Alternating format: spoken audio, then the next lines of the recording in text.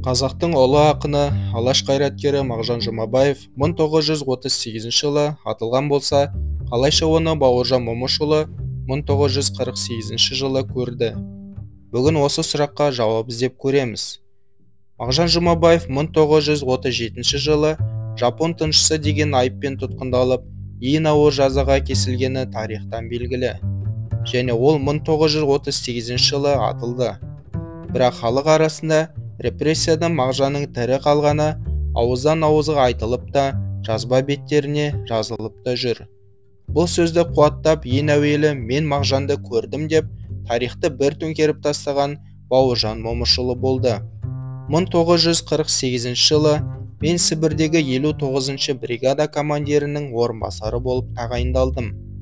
Кезекті әскери жаттығулар өткізіп жүрген кезімде Ну орманның арасында отқа жылынып отырған бір топ адамды көріп маңына жақындадым. Киген киімдері біртүрлі, әсілі сотталғандар болу керек.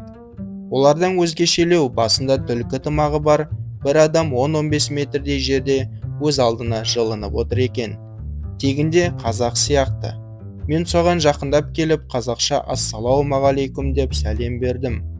Ол менің сәлемімді ернің жыбырлатып қана қабылдап, түріме одырая қарады да үндемей отыра берді. Бұл не қылған адам деп өз ойымды жинап алғанша, ол теріс қарап отырған күйінде маған жақындама, бәлем жұғып кетеді, деді. Сол кезде барып менің есіме Мағжан түсіп, оның өлеңдерін жатқа айта бастадым. Ол сәл жібіп, менің жағдайым қиын ғой, маған жақындамағаның дұрыс болады. Шаман келсе, мені елге жеткіз деді. Мен оның қазақтың ақиық ақыны Мағжан екенін біліп, шамам келсе көмектескім келді де, мен 10 шақты күннің көлемінде қайта ораламын. Сол кезде дайын болып тұрыңыз, дедім. 10 шақты күннен кейін уақытым болмай қайтып келе алмадым. Бір айдан кейін келсем, түрменің бастығы маған оның сал айдап жүріп суға кетіп қайтыс болғандығын айтты. Бірақ бүкіл құжаттарда Мағжан Жұмабаев атылды деп айтылады. Солай қабылданған. Мағжан кейінгі жылдары да тірі болған деген әңгімелердің барлығы өтірік дейтін тарихшылар да жоқ емес. Қалай болғанда да бұл тұлғаның азапқа толы өмірі қалай аяқталғаны бір Аллаға ғана мәлім.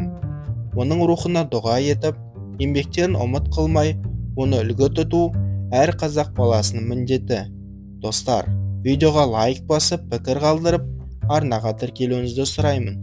Келесі шығарылымда көріскенше.